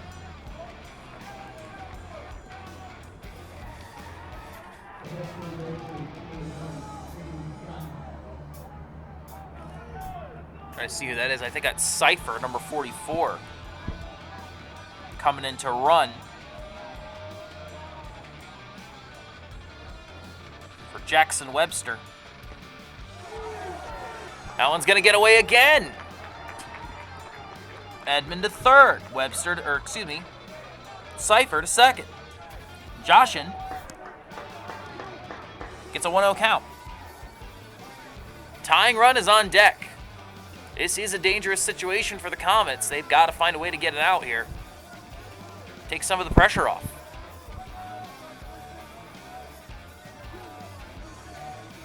The 1-0. That's away, 2-0. You got a pitcher who's not throwing strikes right now, and no one's getting warm in the bullpen. They're going to have to get some strikes out of Brody Weiler. 1 strike in 3 plate appearances here. The pitch. That's down, ball 3. And if you're the Holt hitters, you just got to hang out and wait for him to throw a strike.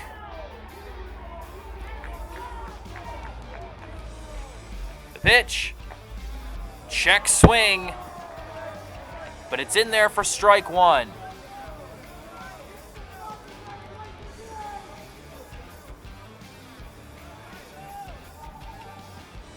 Here's the 3-1. That's high. Back-to-back-to-back free passes. And here comes the tying run. Austin Vandiver. And Grand Ledge is going to make a change, I think.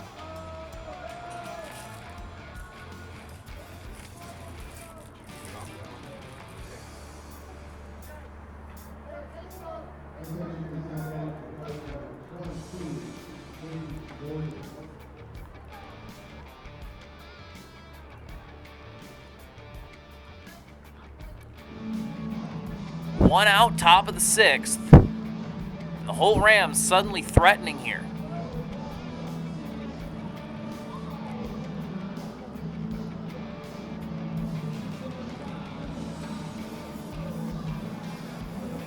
Umpires coming to break up the party at the pitcher's mound.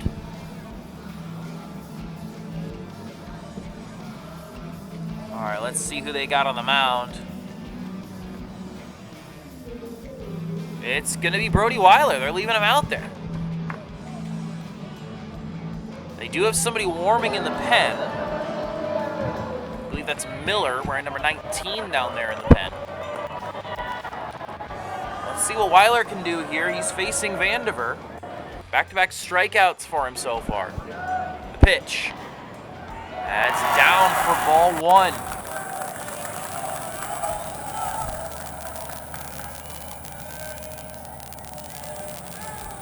Got to find the zone. Got to force them to swing at something. That one's in there for strike 1 on the outside part of the plate. 1 ball, 1 strike. I believe we have our normal pitch cam back now, so thank you for your patience on that. The 1-1. Popped up right side of the infield. Play made at first by Terranova. That's a huge out. That is a huge, huge out for Brody Weiler and this Grand Ledge defense. Now the defense can stand back a little bit. They don't have to worry about the force at home. They can just get it out anywhere and end the inning. Ethan Kaskinen has been so good today. Can he come through one more time for the Rams? It's down for ball 1.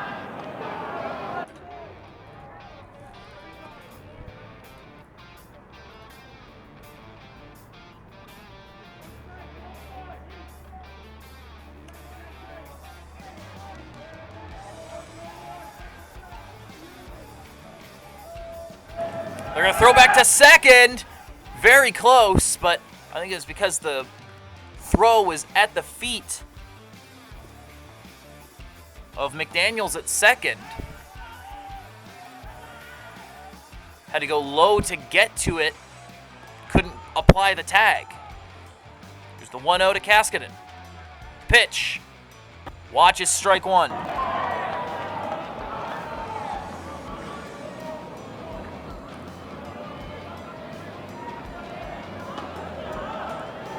That's where, as a hitter in this situation, you still want to be patient. Force him to throw strikes. The 1-1. Swing and a miss. It was in the zone. Not a bad choice to swing at that, but Kaskanen upset that he missed it. Any hit in a 2-out situation here would be huge. Runners will be in motion on contact.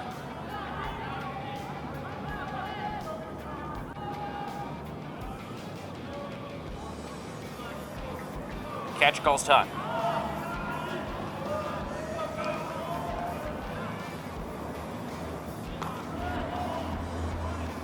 Weiler, the pitch. Swing and a miss. What a strike. What a strike to get.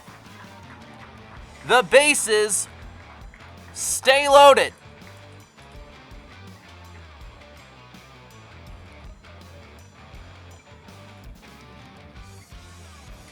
Grand Ledge gets out of the jam. They only give up the one.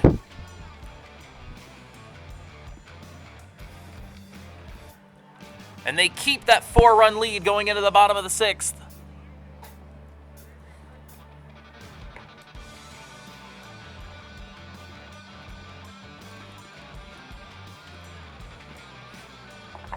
What a big punch out from Brody Weiler. That mound visit really seemed to settle him. He started throwing strikes. Got that big pop-up to get out number 2, and then facing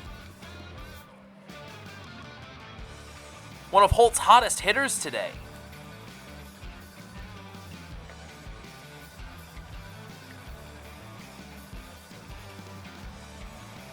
Able to step up and deliver a huge strikeout.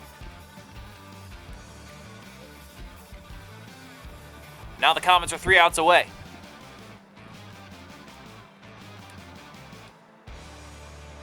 It's going to be McDaniels, Marlin, Terranova for Grand Ledge.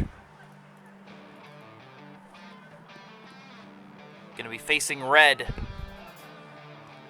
Looks like once again, no, excuse me, we got a new pitcher in the game. It's number 33, Aiden Keener, it looks like, who's going to come in here and be tasked with keeping his team as close as possible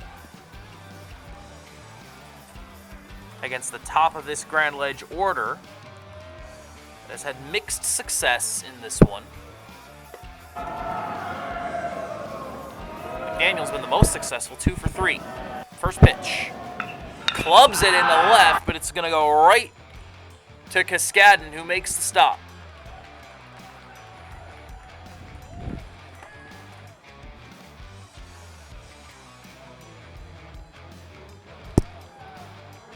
Good quick out for Keener. Here comes Marlin with Terranova in the on-deck circle.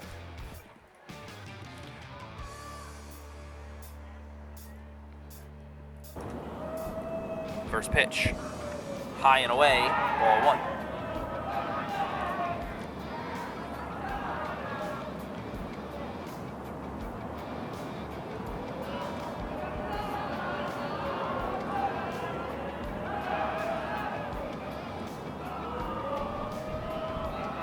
Here's the 1-0. That's away, 2-0. Get to the end of a doubleheader like this. Already had some arms come in. It's cold. That one's down and in, 3-0. It can be hard as a reliever. You know, been sitting around for the past 4 hours. Here's the pitch. That is in for strike one. Little credit the framing job on that one. I think it's Vandiver behind the plate. Frames that perfectly. That one he couldn't possibly frame. It's ball four.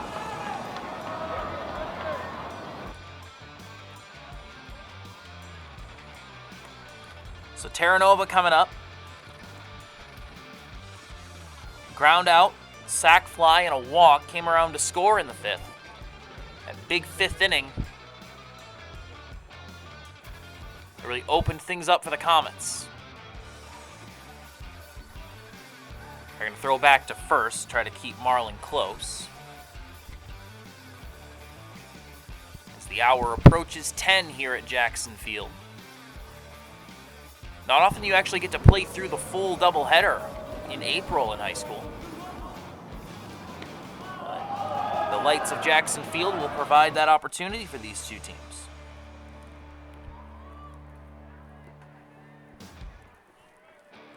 Ball one to Terranova. The pitch. Ripped down the third base line, foul.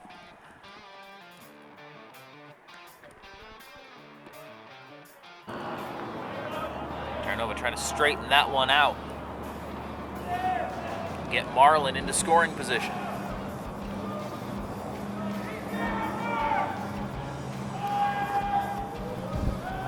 They'll throw back over to first. That ball gets away, but not far away enough for Marlin to try to go to second.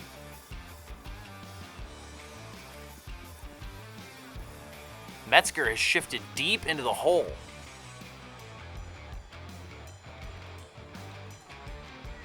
They got a 6-3 ground out back in the first to that spot.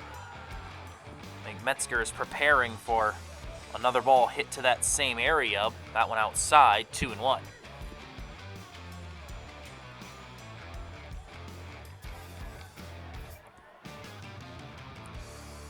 Keener deals. Fouled away. 2-2.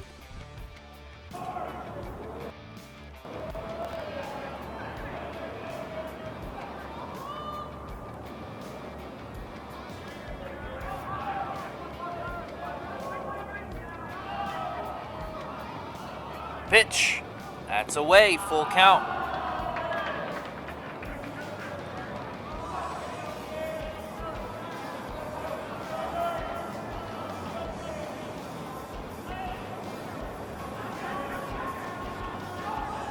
Full count.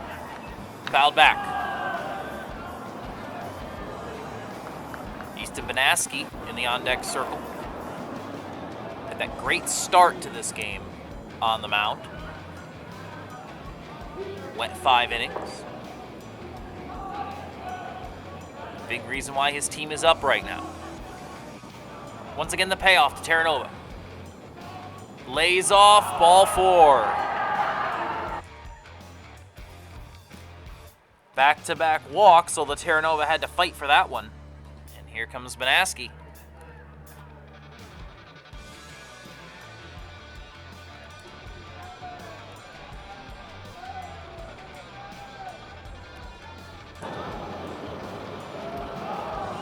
Keener will step off.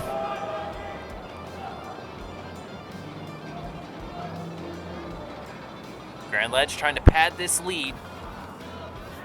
Give Brody Weiler as much of a cushion as possible. That one grounded to third. Just going to tag the lead runner, throw across. They got him. Yes, they did. A double play. The 5-3 double play.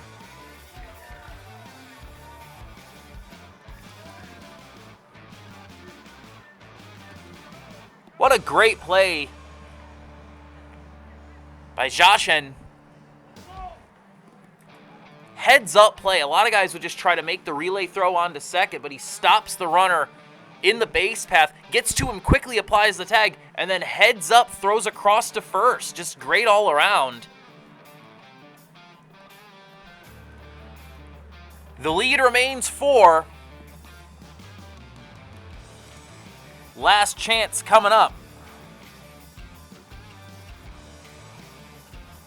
For the Holt Rams offense, try to complete the sweep of this doubleheader. Good news for them. They got the top of the order coming up. Martinez, Red, Metzger, 1, 2, 3. Let's see, is it going to be Weiler trying to close this one out? I believe it is. That's 14 Weiler.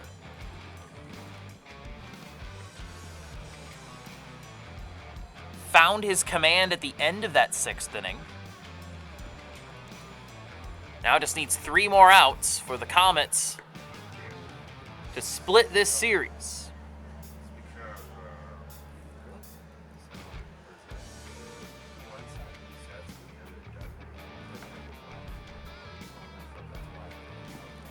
So in steps Martinez, 0 for 3 in this one, a fly out and a pair of ground outs.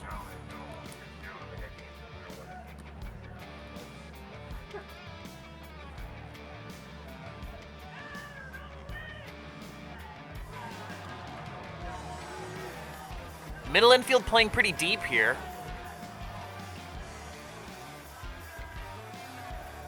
Trying to give themselves some space to run onto a ground ball. That one is high for ball 1.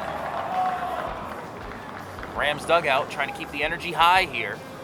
They almost had a really big inning last inning. They had 3 on and 1 out. That one popped up into foul territory. 3 guys running out for it, and no one can get there. So Martinez stays alive. They had the bases loaded and 1 out. And they did not score any additional runs after plating the first one. Back-to-back outs. A pop-up and a strikeout ended the threat. And they really wanted to do some damage there in the 6th.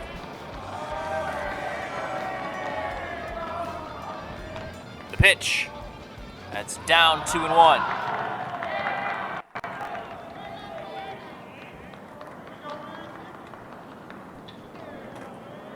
A doubleheader split between these two teams, I think is what most people would have expected coming in, honestly. That one hit in the air on the infield. Coming into it is Terranova, and he gets the putout.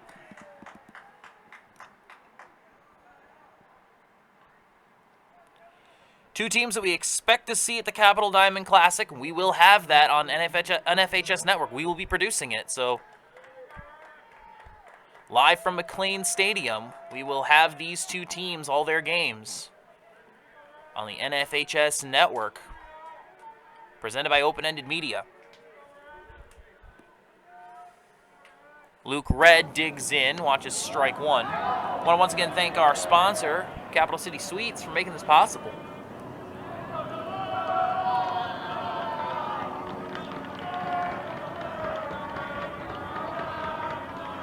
Here's the 0-1 to Red.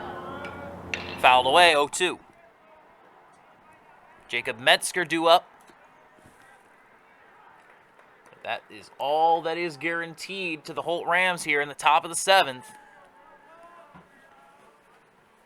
Winds died down here at Jackson Field. Temperature continues to drop closer to 40. That one's outside, 1-2.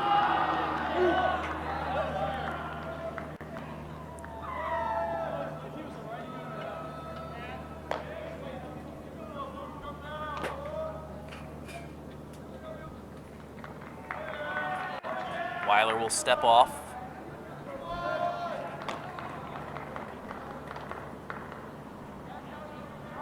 The pitch. That's outside. 2-2.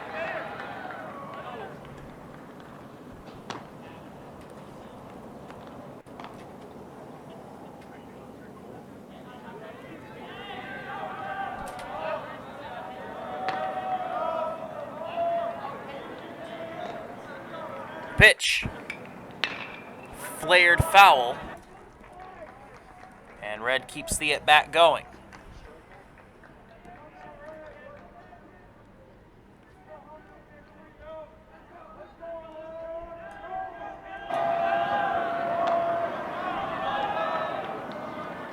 The 2-2.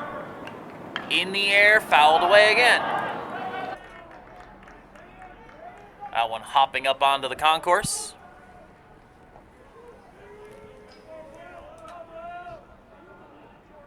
What a special day for these players, getting a chance to play in a professional ballpark under the lights. And assuming this result holds, both teams will have the chance to say they won a game at Jackson Field. That pitch inside. Grand Ledge dugout thought that was strike 3, but the count runs full.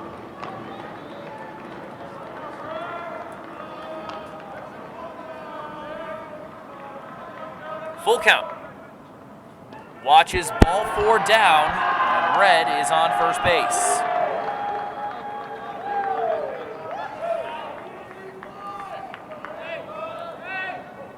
Metzger coming up. Parse moves into the on-deck circle. The tying run is still in the dugout.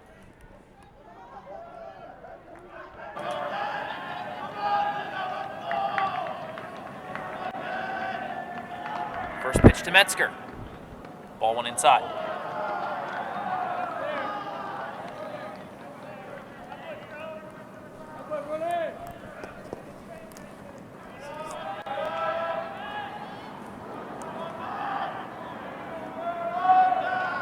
The pitch. Hit to the right side and through for a base hit. That sends Red to second. And here comes Ethan Parse. Tying run in the on-deck circle. Rams built something in the last inning but couldn't cash in. They left him stranded, left the bases loaded.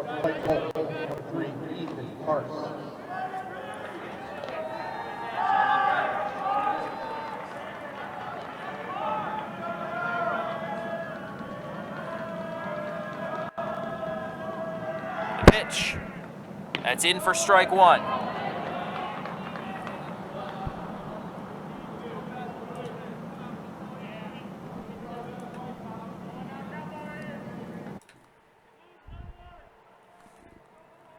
Red at second, Metzger at first.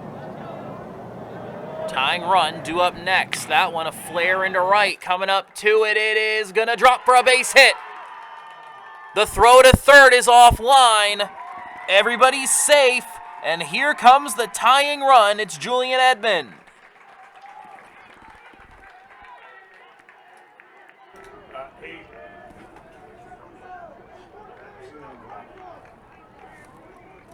Julian Edmond had an RBI single in the 3rd and another RBI single in the 6th. It was the one run that scored.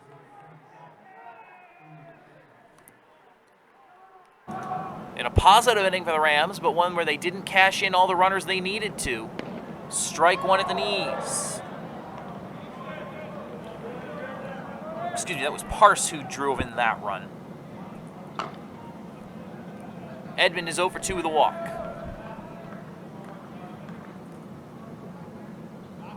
Here's the 0-1. That's down, 1-1.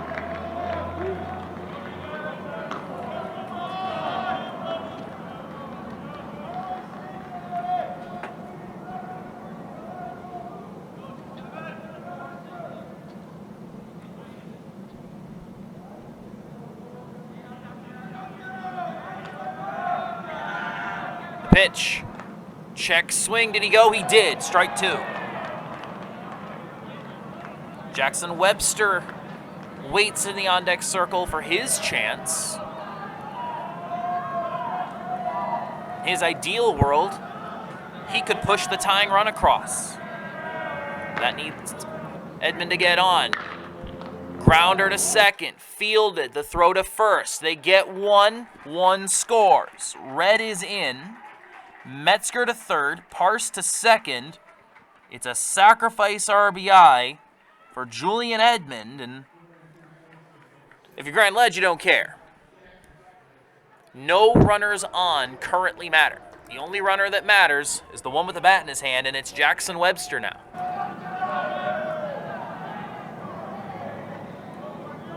As the clock strikes 10 in downtown Lansing, the pitch. Down and away, ball 1. If you're Brody Weiler, you are just hoping for a little tapper, something soft and easy Maybe a pop-up. Just get this thing over with. Strike one.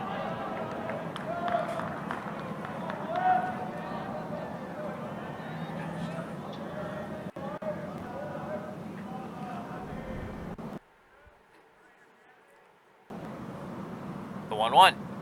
That's down and away, and nobody goes. Wisely. As Park's able to block. 2 balls, 1 strike on Webster. If Webster gets a board,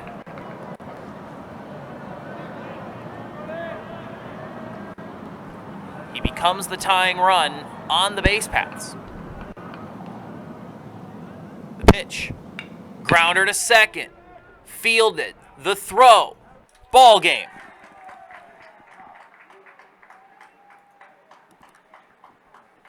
The Rams threaten in the 6th and the 7th, but it's not enough.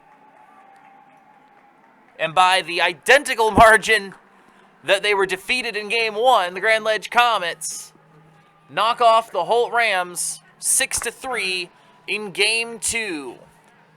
Even as it should be. 2 very good teams, a lot of good baseball, and we look forward to seeing them both again at the Capital Diamond Classic in about 6 weeks' time. For all of us at Open Ended Media, DeAndre Pruitt, our amazing cameraman, Caleb Lewis, our producer, I'm Colton Wesley. Thank you so much for joining us. This game will be archived on YouTube in the coming days. Until next time, once again, thank you for joining us. You've been watching the Capital City Showdown on OpenEndedMedia.com.